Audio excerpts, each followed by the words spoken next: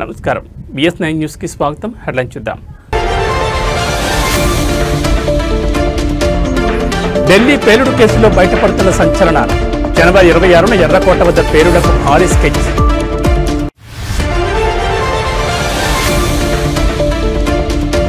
నాగార్జున ఫ్యామిలీకి క్షమాపణ చెప్పిన మంత్రి కొండా సురేఖ గతంలో చేసిన వ్యాఖ్యలను వెనక్కి తీసుకుంటున్నట్లు ప్రకటన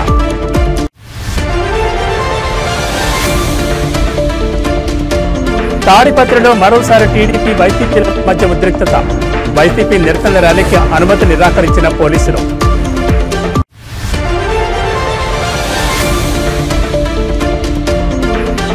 శంషాబాద్ ఎయిర్పోర్ట్లో కొనసాగుతున్న ముమ్మర తనిఖీలు 3 కోట్ల విలువైన ఎలక్ట్రానిక్ సీజ్ ఇక డీటెయిల్స్ చూస్తే దేశ రాజధాని ఢిల్లీలో జరిగిన కారు పేలుడు ఘటన దర్యాప్తులో విస్తుపోయే నిజాలు వెలుగులోకి వస్తున్నాయి. ఈ కేసులో దర్యాప్తు సంస్థలు విచారణను వేగవంతం చేయగా దీని వెనుక ఉన్న భారీ ఉగ్రకుట్ర వివరాలు ఒక్కొక్కటిగా బయటపడుతున్నాయి.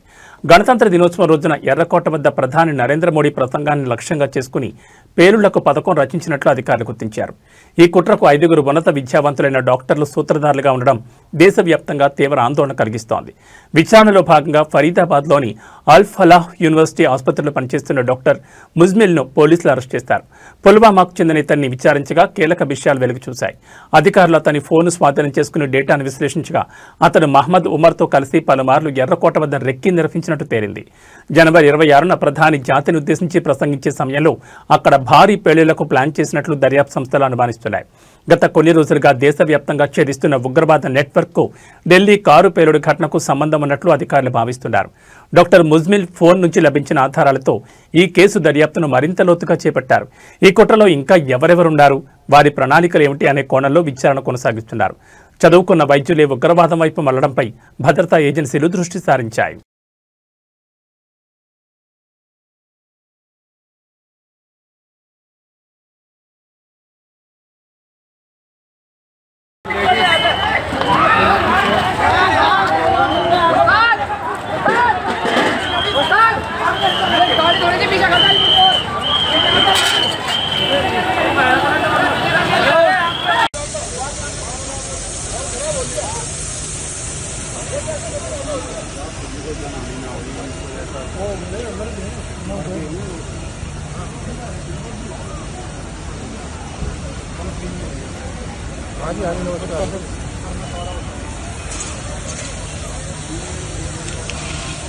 దేశ రాజధాని ఢిల్లీలో వాయు కాలుష్యం తీవ్ర స్థాయిలోనే కొనసాగుతోంది. వరుసగా 3వ రోజు బుధవారం కూడా గాలి నాణ్యత సూచి 400 పైన తీవ్ర కేటగిరీలోనే నమోదైంది. నగరాన్ని దట్టమైన పొగమంచు కమ్మేయడంతో చాలా ప్రాంతాల్లో దృశ్యమానత గణనీయంగా పడిపోయింది. దీంతో ప్రజలు స్వచ్ఛమైన గాలి కోసం అల్లాడిపోతున్నారు. కేంద్ర కాలుష్య నియంత్రణ మండలి విడుదల చేసిన డేటా ప్రకారం బుధవారం ఉదయం గీత కాలనీ, లక్ష్మీనగర్ రోడ్ ప్రాంతంలో గాలి నాణ్యత సూచి 413గా నమోదైంది. ఇండియా గేట్, కర్తవ్యపథ్ పరిసరాలను సైతం విషపూరిత పొగమంచు కప్పేగా అక్కడ AQI 408గా ఉంది. నగరంలోని ఇతర ప్రాంతాలైన ఆనంద్ విహార్లో 438, అశోక్ విహార్లో 439, చాందినీ చౌక్లో 449, ద్వారకా సెక్టర్ 8లో 422, ITOలో 433, జహంగీర్పురిలో 446, ఆర్కేపురంలో 432, రోహిణిలో 442గా గాలి నాణ్యత నమోదైంది. ఇంతటి కాలుష్యానికి ఎక్కువసేపు గురైతే తీవ్రమైన శ్వాసకోశ, గుండె సంబంధిత సమస్యలు వస్తాయని నిపుణులు హెచ్చరిస్తున్నారు. గాలి నాణ్యత క్షీణిస్తున్న నేపథ్యంలో ఢిల్లీ ప్రభుత్వం కీలక చర్యలు చేపట్టింది. Graded response action plan stage 3 చర్యలను అమలు చేయడంలో భాగంగా 5వ తరగతి వరకు విద్యార్థులకు బుధవారం నుంచి హైబ్రిడ్ విధానంలో తరగతులు నిర్వహించాలని నిర్ణయించింది.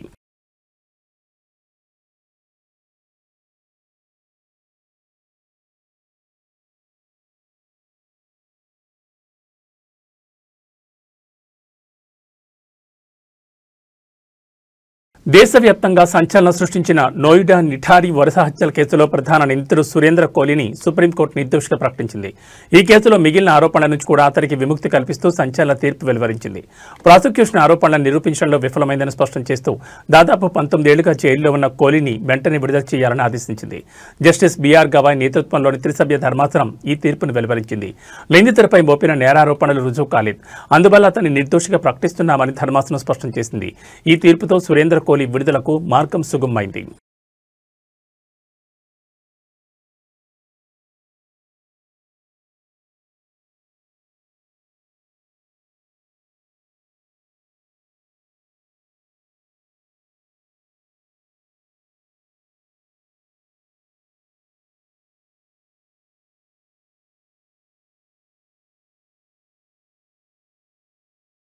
తెలంగాణ మంత్రి కొండా సురేఖ ప్రముఖ నటుడు అక్కినేని నాగార్జున కుటుంబానికి క్షమాపణ చెప్పారు. గతంలో తాను వారిపై చేసిన వ్యాఖ్యల పట్ల పశ్చాత్తాపం వ్యక్తం చేస్తూ అర్ధరాత్రి ట్వీట్ చేశారు. నాగార్జున కుటుంబాన్ని కించపరిచే ఉద్దేశం తనకు లేదని, తన వ్యాఖ్యల వల్ల వారు బాధపడి ఉంటే చింతిస్తున్నారని ఆమె పేర్కొన్నారు.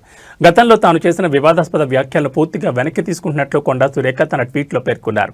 అయితే అర్ధరాత్రి 12 గంటలు దాటిన తర్వాత ఆమె ట్వీట్ చేయడం రాజకీయ సినీ వర్గాల్లో చర్చనీయాంశంగా మారింది.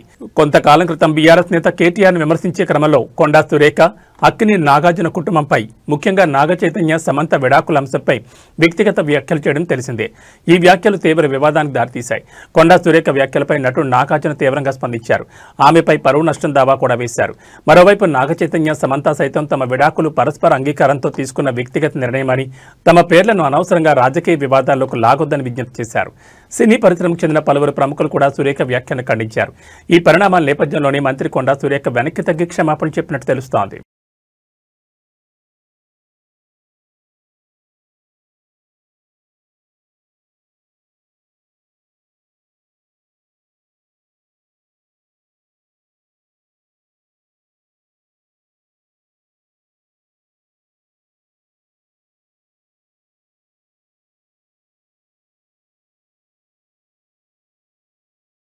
శంషాబాద్లోని రాజీవ్ గాంధీ అంతర్జాతీయ విమానాశ్రయంలో భారీగా ఎలక్ట్రానిక్ పరికరాలు పట్టుబడడం కలకలం రేపింది. అబుదాబి నుంచి వచ్చిన 2 ప్రయాణికుల వద్ద సుమారు 3 కోట్ల విలువైన వస్తువులను సెంట్రల్ ఇండస్ట్రియల్ సెక్యూరిటీ ఫోర్స్ అధికారులు స్వాధీనం చేసుకున్నారు. నిందితులను అదుపులోకి తీసుకుని విచారిస్తున్నారు. నిత్యం ప్రయాణికులతో రద్దీగా ఉండే శంషాబాద్ విమానాశ్రయంలో అధికారులు కట్టుదిట్టమైన భద్రతా తనిఖీలు నిర్వహిస్తున్నారు. ఈ క్రమంలో అబుదాబి నుంచి వచ్చిన 2 ప్రయాణికుల ప్రవర్తన అనుమానాస్పదంగా కనిపించడంతో సిఐఎస్ఎఫ్ సిబ్బంది వారిని అదుపులోకి తీసుకున్నారు. వారి లగేజ్ బ్యాగ్లను క్షుణ్ణంగా తనిఖీ చేయగా పెద్ద సంఖ్యలో డ్రోన్లు, ఎలక్ట్రానిక్ స్మార్ట్ వాచ్లు, ఖరీదైన ఐఫోన్లు బయటపడ్డాయి. స్వాధీనం చేసుకున్న ఎలక్ట్రానిక్ వస్తువుల విలువ సుమారు 3 కోట్లుంటుందని అధికారులు అంచనా వేశారు. నిందితులను సూర్యప్రకాష్, మహమ్మద్ జాంగీర్గా గుర్తించారు. ఇంత పెద్ద ఎత్తున ఎలక్ట్రానిక్ పరికరాలను ఎలాంటి పత్రాలు లేకుండా ఎందుకు తరలిస్తున్నారనే కోణంలో విమానాశ్రయ పోలీసులు కేసు నమోదు చేసి దర్యాప్తు చేపట్టారు. ఈ వస్తువులను ఎక్కడికి తరలించడానికి ప్రయత్నించారు, దీని వెనుక ఎవరైనా ఉన్నారా అనే వివరాలను రాబట్టే పనిలో అధికారులు నిమగ్నమయ్యారు.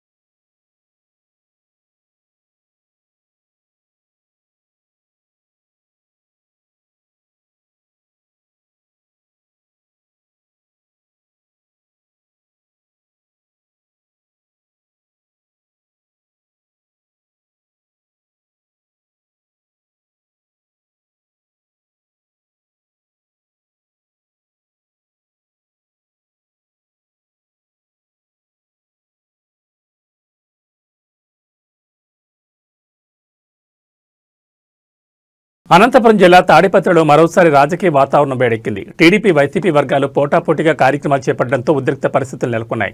మెడికల్ కళాశాలల ప్రైవేటీకరణను నిరసిస్తూ వైసీపీ తలపెట్టిన ర్యాలీకి పోలీసులు అనుమతి నిరాకరించారు. ముందు జాగ్రత్త చర్యగా మాజీ ఎమ్మెల్యే కేతిరెడ్డి పెద్దారెడ్డిని ఇంటి నుంచి బయటకు రాకుండా అడ్డుకుని గృహ నిర్బంధం చేశారు. రాష్ట్ర వ్యాప్తంగా వైసీపీ ప్రజాపోరు పేరుతో మెడికల్ కాలేజీల ప్రైవేటీకరణకు వ్యతిరేకంగా నిరసనలకు పిలుపునిచ్చింది. ఇందులో భాగంగా తాడిపత్రిలో మాజీ ఎమ్మెల్యే కేతిరెడ్డి పెద్దారెడ్డి ఆధ్వర్యంలో భారీ ర్యాలీ నిర్వహించాలని నిర్ణయించారు. అదే సమయంలో స్థానిక టీడీపీ ఎమ్మెల్యే జేసీ అస్మిత్ రెడ్డి పట్టణంలో పలు అభివృద్ధి పనులకు శంకుస్థాపన కార్యక్రమాలు చేపట్టారు. ఒకే రోజు 2 ప్రధాన పార్టీలు కార్యక్రమాలు నిర్వహిస్తుండటంతో శాంతి భద్రతల సమస్య తలెత్తుందని భావించిన పోలీసులు కేతిరెడ్డి పెద్దారెడ్డి ర్యాలీకి అనుమతి లేదని స్పష్టం చేశారు. ఈ ఉదయం ఆయన ఇంటి నుంచి బయటకు రాకుండా పోలీసులు అడ్డుకున్నారు. దీంతో పోలీసుల తీరుపై కేతిరెడ్డి తీవ్ర ఆగ్రహం వ్యక్తం చేశారు. ఒక పార్టీ ఇన్ఛార్జిగా నేను కార్యక్రమం చేసుకోకూడదా, నా ర్యాలీని ఎలా అడ్డుకుంటారంటూ ఆయన పోలీసులతో వాగ్వాదానికి దిగారు. MLA Asmit Reddy, municipal chairman JC Prabhakar రెడ్డికి అనుకూలంగా పోలీసులు వ్యవహరిస్తున్నారని మండిపడ్డారు. శాంతి భద్రతల దృష్ట్యానే ఈ నిర్ణయం తీసుకున్నామని పోలీసులు నచ్చజెప్పే ప్రయత్నం చేసినప్పటికీ ఆయన శాంతించలేదు. తనను ఎందుకు అడ్డుకుంటున్నారో లిఖితపూర్వకంగా ఇవ్వాలని డిమాండ్ చేశారు. ఈ పరిణామాలతో తాడిపత్రిలో ఏం జరుగుతుందోనన్న ఉత్కంఠ నెలకొంది. ఎలాంటి అవాంఛనీయ ఘటనలు జరగకుండా పోలీసులు భారీ బందోబస్తు ఏర్పాటు చేశారు.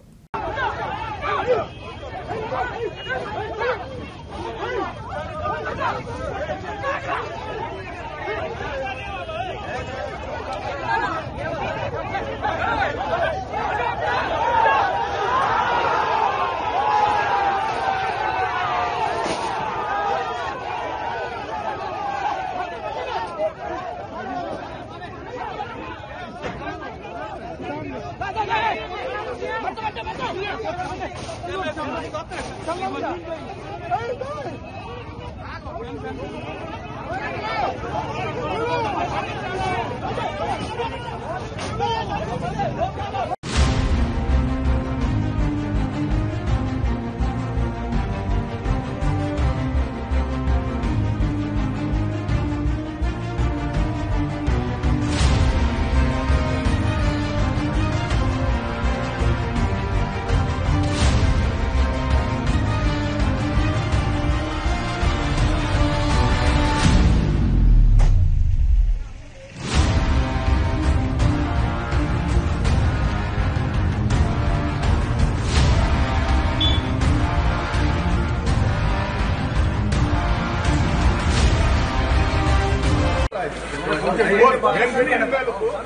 ఎవరన్నా కానీ జనరల్ గా నేను ఇట్లా అడుగుతాను. నేను నీకు లెటర్ ఇచ్చా యోగక్షేమాలు ఎట్టున్నారు సార్ అని. నేను బాగుండా అని చెప్తే నువ్వు నాకు జవాబు ఇచ్చినట్లే కదా అది లెక్క. నువ్వు దీంట్లో ఏముందో చెప్పు. నాకు చదువు రాదు. నువ్వే చదువు అర్థం లేదు ఏం లేదు. మీరు రాయించేది అదే రాసి వైట్ పేపర్ లేకపోతే బయట వైట్ పేపర్ రాసి నువ్వు పోయేకి లేదు. ఎక్కడే కానీ కాన్ఫరెన్స్ లో తిరిగేకి లేదు. ఇది మా ఆర్డరు, మా ఎమ్మెల్యే ప్రకారం మేము నడుచుకుంటున్నాము. మీరు ఎక్కడ తిరిగినా కూడా మేము చెత్త చూస్తామని చెప్పి రాసింది. వాళ్ళు కొడతా అంటే కొట్టించుకుంటానండి, తిట్టించుకుంటానండి, మేము కేసులు ఇష్టం ఉంటే తీసుకుంటాం, లేకపోతే లేదా రాసి. నేనే వద్దని లేదా. ఏదైనా మీరు పేపర్ నేను పేపర్ ఇస్తాను కదా. పేపర్ నేను మిమ్మల్ని ఏమో నాకైతే తిరుమల శ్రీవారి లడ్డూ ప్రసాదానికి కల్తీ నెయ్యి సరఫరా చేసిన కేసులో దర్యాప్తు ముమ్మరంగా కొనసాగుతోంది. ఈ వ్యవహారంలో వైసీపీ ప్రభుత్వ హయాంలో టీటీడీ ఈవోగా పనిచేసిన ఏవీ ధర్మారెడ్డిని ప్రత్యేక దర్యాప్తు బృందం మంగళవారం సుదీర్ఘంగా విచారించింది. ఉదయం 10 గంటల నుంచి రాత్రి 10 గంటల వరకు మధ్యలో గంట భోజన విరామంతో కలిపి దాదాపు 12 గంటల పాటు డీఐసీ మురళీ రాంబా నేతృత్వంలోని బృందం ఆయనను ప్రశ్నించింది. లడ్డూకు కల్తీ నెయ్యి వస్తుంటే ఎందుకు చూసి చూడనట్లు వ్యవహరించారని ప్రశ్నించగా హైకమాండ్ ఒత్తిడి వల్లే అనుమతించాల్సి వచ్చిందని ధర్మారెడ్డి చెప్పినట్లు విశ్వసనీయ సమాచారం. అయితే ఆ హైకమాండ్ ఎవరనే ప్రశ్నకు ఆయన నుంచి సమాధానం రాలేదని తెలుస్తోంది. ధర్మారెడ్డి పలు ప్రశ్నలకు క్లుప్తంగా బదులివ్వగా మరికొన్నింటికి మౌనం వహించారని సమాచారం. 2022 ఆగస్టులోనే మైసూర్ ల్యాబ్ నుంచి నెయ్యి కల్తీ జరిగిందని నివేదిక వచ్చినా ఎందుకు చర్యలు తీసుకోలేదు? బోలేబాబా డైరీకి కాంట్రాక్ట్ కట్టబెట్టేందుకే టెండర్ నిబంధనల్లో మార్పులు చేశారా? గతంలో ఉన్న మిల్క్ పదాన్ని 2020లో ఎందుకు తొలగించారు? తిరిగి 2023లో ఎందుకు చేర్చారు? ఈ మార్పుల ద్వారా ఎవరికి లబ్ధి చేకూర్చారు? తదితర ప్రశ్నలను సిట్ అధికారులు సంధించినట్టు తెలుస్తోంది. ఈ కేసులో ఇప్పటికే అరెస్టే బెయిల్పై ఉన్న బోలేబాబా డైరీ డైరెక్టర్లు ఫొమిల్ జైన్, విపిన్ జైన్లను కూడా సిట్ విచారించింది. 5 ఏళ్లలో ఈ సంస్థ 251 కోట్లకు పైగా విలువైన 68.17 లక్షల కిలోల కల్తీ నెయ్యి సరఫరా చేసినట్లు తమ దర్యాప్తులో తేలిందని డీఐజీ మురళీ రాంబా వెల్లడించారు. ఈ వ్యవహారంలో గత టీటీడీ చైర్మన్ వైవీ సుబ్బారెడ్డి పాత్రపైన అధికారులు ఆరా తీసినట్టు తెలుస్తోంది. కాగా రాత్రి విచారణ ముగిసిన అనంతరం ధర్మారెడ్డి మీడియాతో మాట్లాడకుండానే వెళ్లిపోయారు. ఈ రోజు కూడా ఆయన విచారణ కొనసాగనుండడంతో ఈ కేసులో మరిన్ని కీలక విషయాలు వెలుగులోకి వచ్చే అవకాశం ఉందని భావిస్తున్నారు.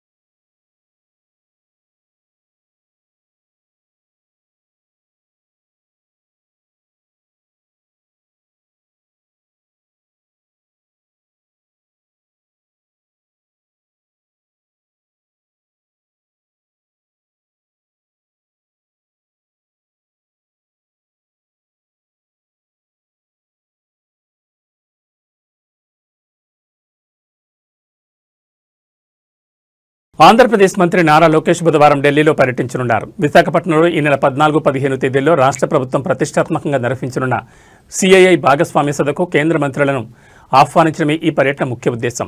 రాష్ట్రానికి పెట్టుబడులను ఆకర్షించడంలో కీలకమైన ఈ సదస్సును విజయవంతం చేసేందుకు ప్రభుత్వం అన్ని ఏర్పాట్లు చేస్తోంది. ఇందులో భాగంగా కేంద్ర ప్రభుత్వ పెద్దల భాగస్వామ్యం కూడా ఉండాలని భావిస్తోంది. ఈ నేపథ్యంలో మంత్రి లోకేష్ ఢిల్లీకి వెళ్లి పలువురు కేంద్ర మంత్రులను స్వయంగా కలిసి విశాఖ సదస్సుకు హాజరు కావాలని కోరనున్నారు. ఈ పర్యటనలో భాగంగా సదస్సు లక్ష్యాలను, రాష్ట్రంలో పెట్టుబడులకు ఉన్న అవకాశాలను కేంద్ర మంత్రులకు వివరించే అవకాశం ఉంది. రాష్ట్ర ప్రభుత్వం అత్యంత ప్రాధాన్యత ఇస్తున్న ఈ సదస్సుకు కేంద్రం నుంచి ముఖ్య నేతలు హాజరైతే మరింత ప్రాధాన్యత లభిస్తుందని అధికారులు భావిస్తున్నారు.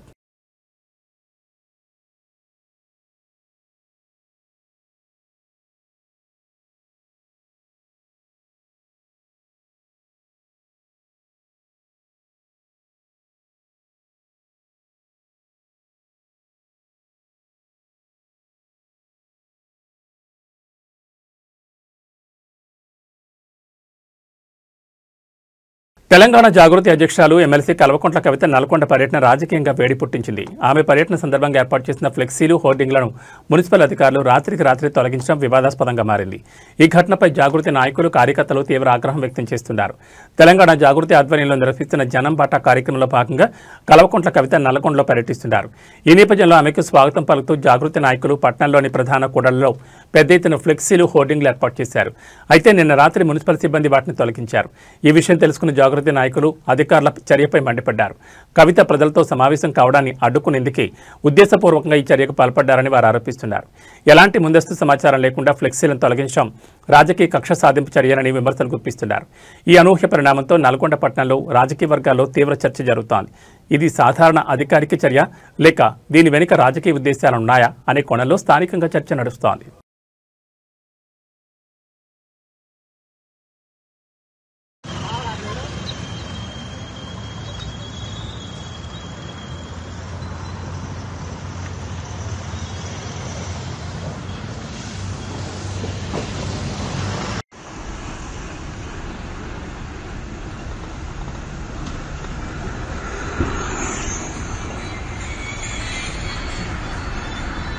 తెలంగాణ రాష్ట్ర వ్యాప్తంగా ఉత్కంఠకు ఎదురుచూస్తున్న అనర్హత ఎమ్మెల్యేల వేటు అంశంపై విచారణ కొనసాగుతూనే ఉన్నాయి. పార్టీ మారిన ఎమ్మెల్యేలపై చర్యలు తీసుకోవాలని బీఆర్ఎస్ నేతలు సుప్రీంకోర్టును ఆశ్రయించగా 3 నెలల్లో చర్యలు తీసుకోవాలని కోర్టు ఆదేశించిన విషయం తెలిసిందే. కోర్టు ఆదేశాలతో పార్టీ మారిన ఎమ్మెల్యేలకు నోటీసులు ఇచ్చిన స్పీకర్ ఒక్కొక్కరిగా విచారిస్తున్నారు. ఈ క్రమంలో ఇవాళ రేపు జరగాల్సిన విచారణను స్పీకర్ గడ్డం ప్రసాద్ కుమార్ వాయిదా వేసినట్టు తెలుస్తోంది. అలాగే ఈ విచారణను ఈ నెల 14, 15 తేదీల్లో నిర్వహించనున్నట్లు సమాచారం అందుతోంది. షెడ్యూల్ ప్రకారం ఈ రోజు తెల్లం వెంకట్రావు, సంజయ్ల పిటిషన్లపై రెండోసారి విచారణ జరగాల్సి ఉంది. అలాగే 13న పోచారం, హరికెపూడి గాంధీని మరోసారి విచారించాల్సిందిగా వాయిదా వేశారు. ఇదిలా ఉంటే 3 నెలల్లో పార్టీ మారిన ఎమ్మెల్యేలపై చర్యలు తీసుకోవాలని సుప్రీంకోర్టు ఆదేశించగా స్పీకర్ ఆదేశంగా చర్యలు తీసుకోలేదు. దీంతో తెలంగాణ అసెంబ్లీ స్పీకర్ కోర్టు ధిక్కరణకు పాల్పడ్డారని ఆరోపిస్తూ బీఆర్ఎస్ నేతలు మరోసారి సుప్రీంకోర్టును ఆశ్రయించగా ఆ పిటిషన్పై విచారణకు కోర్టు అంగీకరించింది. మరోపక్క ఎమ్మెల్యేల అనర్హతపై విచారణకు మరికొంత సమయం కావాలని కోరుతూ స్పీకర్ సుప్రీంకోర్టును ఆశ్రయించగా స్పీకర్ పిటిషన్పై విచారణకు అంగీకరించి కోర్టు ఈ నెల 14న విచారణను షెడ్యూల్ చేసింది. అలాగే స్పీకర్పై దాఖలైన కోర్టు ధిక్కరణ కేసుపై వచ్చే సోమవారం విచారించిన విషయం తెలిసిందే.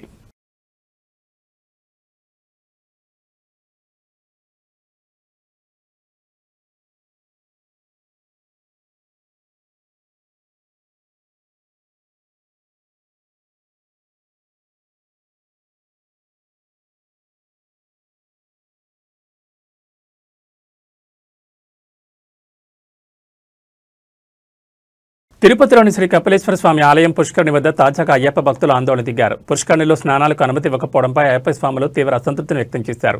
కార్తీక మాసం ప్రారంభం నుంచి కోనేరులో స్నానాలకు, దీపారాధనలకు విజిలెన్స్ అధికారులు అనుమతించలేదు. ఈ క్రమంలోనే కపిలతీర్థం వద్ద అయ్యప్ప భక్తులు ఆందోళన దిగారు. ప్రతిరోజు స్నానాలకు అనుమతి ఇవ్వాలి అంటూ స్వాములు నినాదాలు చేశారు.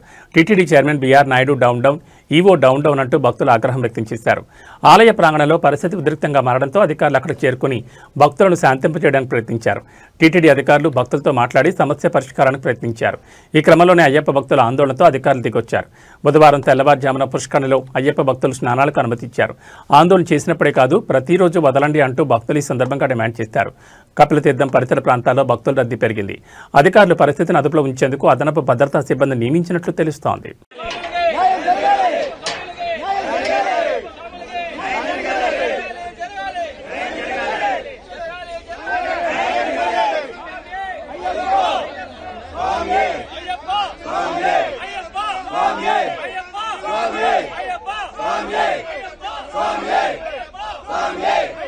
Swami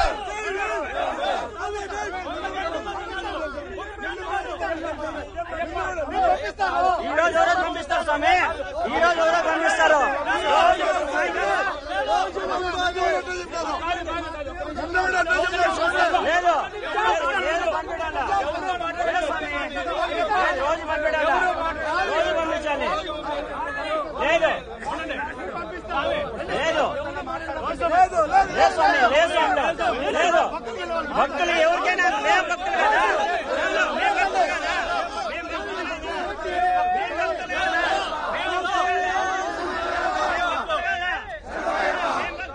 ఓలేట్ లగే ఓలేట్ లగే ఓలేట్ లగే ఓలేట్ లగే హిప్ సావులే హిప్ సావులే స్వామియే అయ్యప్పో స్వామియే అయ్యప్పో స్వామియే అయ్యప్పో స్వామియే అయ్యప్పో స్వామియే అయ్యప్పో అయ్యప్పో స్వామియే స్వామియే అయ్యప్పో స్వామియే అయ్యప్పో ఓలేట్ లగే ఓలేట్ లగే ఓలేట్ లగే స్వామియే అయ్యప్పో స్వామియే అయ్యప్పో స్వామియే అయ్యప్పో అయ్యప్పో స్వామియే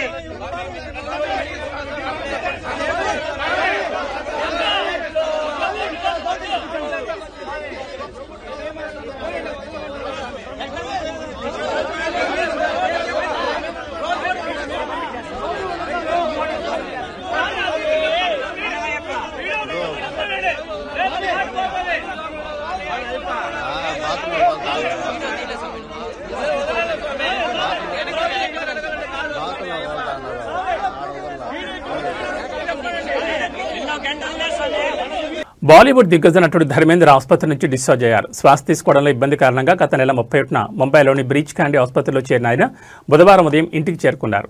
ఆయనకి ఇంట్లోనే చికిత్స కొనసాగుతోందని వైద్యులు తెలిపారు. ఇవాళ ఉదయం 7:30 గంటల ప్రాంతంలో ధర్మేంద్రను ఆసుపత్రి నుంచి డిశ్చార్జ్ చేసినట్లు ఆయనకు చికిత్స అందించిన డాక్టర్ ప్రతీష్ సంధాని పీటీఐకి వెల్లడించారు.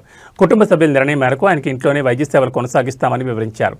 ఇదిలా ఉండగా నిన్న ధర్మేంద్ర మరణించారంటూ పలు వెబ్సైట్లలో తప్పుడు వార్తలు ప్రచారమయ్యాయి. ఈ వదంతులపై ఆయన కుటుంబ సభ్యులు తీవ్రంగా స్పందించారు. ఆయన ఆరోగ్యం నిలకడగా ఉందని, కోలుకుంటున్నారని స్పష్టం చేశారు. ధర్మేంద్ర అర్ధాంగి నటి హేమమాలిని కూడా ఈ తప్పుడు వార్తలపై ఆగ్రహం వ్యక్తం చేశారు. చికిత్సకు స్పందిస్తూ కోలుకుంటున్న వ్యక్తి గురించి ఇలాంటి అసత్య ప్రచారాలు చేయడం క్షమించరాంది. ఇది చాలా బాధ్యతారాహిత్యం. దయచేసి కుటుంబ గోప్యతను గౌరవించండి అని ఆమె సోషల్ మీడియాలో పేర్కొన్నారు.